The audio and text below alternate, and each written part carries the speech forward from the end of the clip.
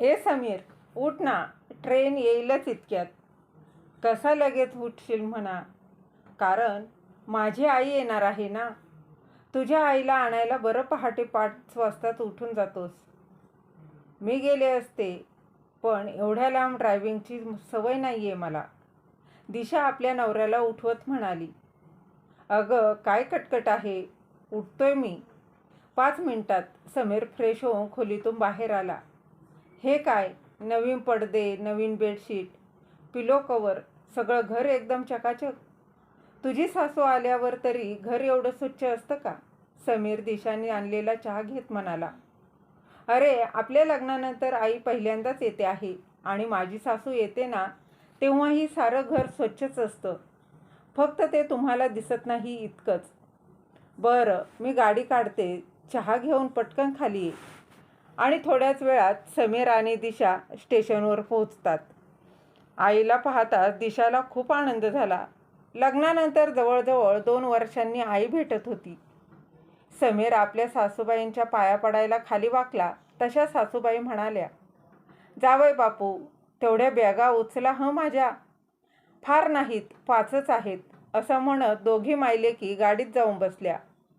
सासूबाईंना एकदाही विचारावंसं वाटलं नाही, जावई बापू कसे आहात म्हणून.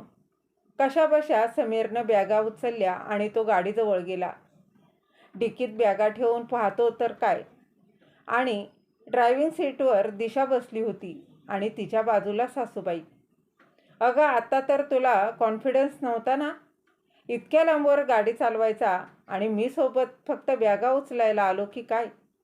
हे शब्द समीरच्या ओठावर येऊनही मनातच राहिले आणि तो चडफडत मागच्या सीटवर जाऊन बसला. दिशू, अगं किती छान चालवतेस तू गाडी, आई आपल्या लेकीचं कौतुक करत म्हणाली. आणि दोघी मायलेकी घरी जाईपर्यंत गप्पा मारत राहिल्या. आईला घर खूप आवडलं. दिशू, किती छान ठेवलं आहेस ग घर, एकदम चकचकीत, स्वच्छ. हे ऐकत ऐकत आणलेल्या बॅगा समीरनं जवळजवळ खाली टाकल्या. अहो, अशा टाकू नका बॅगा, त्यात महागडे गिफ्ट्स आहेत. तुम्हालाच द्यायला आणलेत ते. सासूबाईंच्या या वाक्यावर समीर आपला राग अगदी आवरत त्यांना सॉरी म्हटला. चहा पाणी झाल्यानंतर सासूबाईंनी सगळ्या बॅगा ओपन करून हे तुमच्यासाठी म्हणत समीरच्या हातावर एक शर्ट पीस आणि पॅन्ट पीसची पिशवी ठेवली आणि दिशाला साडी, एक पर्स, खाऊच्या पिशव्या, लोणची, चटण्या असा बराचसा सामान दिलं. तसा समीर चिडला. दिशाला मात्र एवढं सारं आणि माझ्यावर हातावर फक्त एवढंच. पण ओठावर आलेले शब्द गिळून तो आवरायला पळाला आणि अरे, आज जाऊ नको ना ऑफिसला, सुट्टी काढ, काहीतरी प्लॅन करू. दिशा आत येत समीरला म्हणाली. नको, मी जातो. चालू दे तुमचं दोघी मायलेकींचं. आज दोघी मायलेकीन मी कशाला पाहिजे मध्येच. तसंही मगाचपासून पाहतो आहे मी. तुझ्या आईला साधं विचारावंसं देखील वाटलं नाही, जावई बापू कसे आहेत म्हणून. साधी विचारपूस नाही की चौकशी नाही, सगळं कौतुक आपल्या मुलीचंच. आणि काय ग, जर तुलाच गाडी चालवायची होती तर मला सोबत कशाला घेऊन गेली त्या जड बॅगा उचलायला.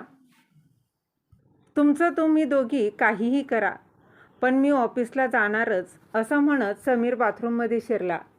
आणि त्यात काय एवढं, असा आविर्भावात दिशा पुन्हा बाहेर आली. काही वेळातच समीर आवरून बाहेर आला. समीर, आज कॅन्टीनमध्ये जेवशील?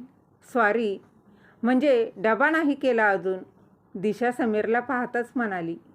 अगं, पण तुला माहिती आहे ना, मला कॅन्टीनचं जेवण नाही आवडत, समीर वैतागून म्हणाला. अरे, गप्पा मारण्याच्या नादात विसरले मी, दिशा म्हणाली. तशा सासूबाई मागून म्हणाल्या, अगं जेवतील ते ऑफिसच्या कॅन्टीनमध्ये, एका दिवसानं काय होतं.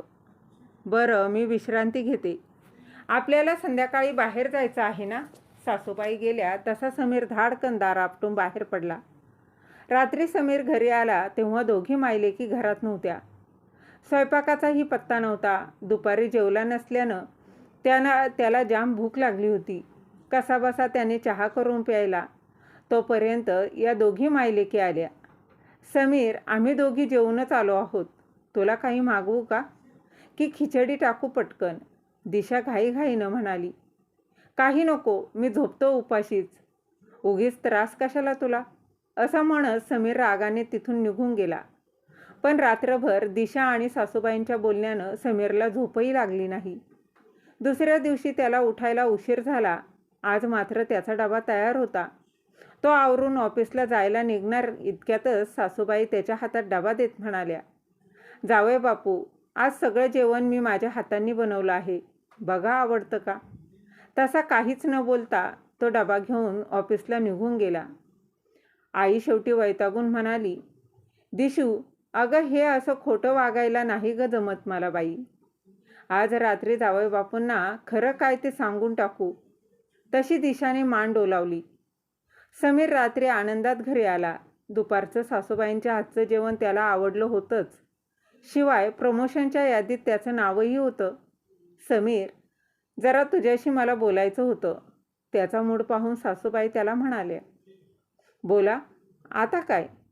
अशा आविर्भावात समीर सासूबाईंच्या समोर बसला. समीर, तुमच्या आई दिशाच्या सासूबाई तिला सारखं बोल लावतात. सतत मला फोन करून तिच्या तक्रारी सांगत राहतात. तुमची मुलगी अशीच वागते, तशीच वागते. पाहायला गेलं तर मला या 2 दिवसात तक्रार करण्यासारखं काहीच जाणवलं नाही. मुली शिकतात हो हळूहळू. जसा मुलांना नसतो तसाच त्यांनाही अनुभव कुठे असतो. आम्ही मोठ्या माणसांनी त्यांना समजून सांगायचं. कधी रागावून सांगायचं, कधी सुनेचं कौतुक करावं, तर कधी हक्कानं रागवावं. पण तिला दुर्लक्षित करू नये किंवा केवळ कामापुरतंच बोलू नये तिच्याशी. माझा स्वभाव कोणाला त्रास देण्यासारखा नाही आणि मी तक्रारही करत नाही. फक्त काळजीनं बोलते इतकंच. जशी मुलाच्या आईला आपल्या मुलाची काळजी असते, तशीच लेकीच्याही आईला लेकीची काळजी असते. खरं तर माझ्या लेकीच्या संसारात लक्ष घालणं हा माझा हक्कच नाही. आम्ही फक्त तुम्हाला थोडा अनुभव यावा म्हणून गेले 2 दिवस हे असं वागलो. माधवा, तुम्ही फार मनाला लावून घेऊ नका माणसाच्या बरं. मनात स्वप्न आताशी कुठे तुमच्या लग्नाला 2 वर्ष झाली आहेत. ती पूर्ण करणारे फार एन्जॉय थोडे करा आणि असतात. मस्त राहा. फरक एकाच इतकंच गोष्टीचा ना? असतो.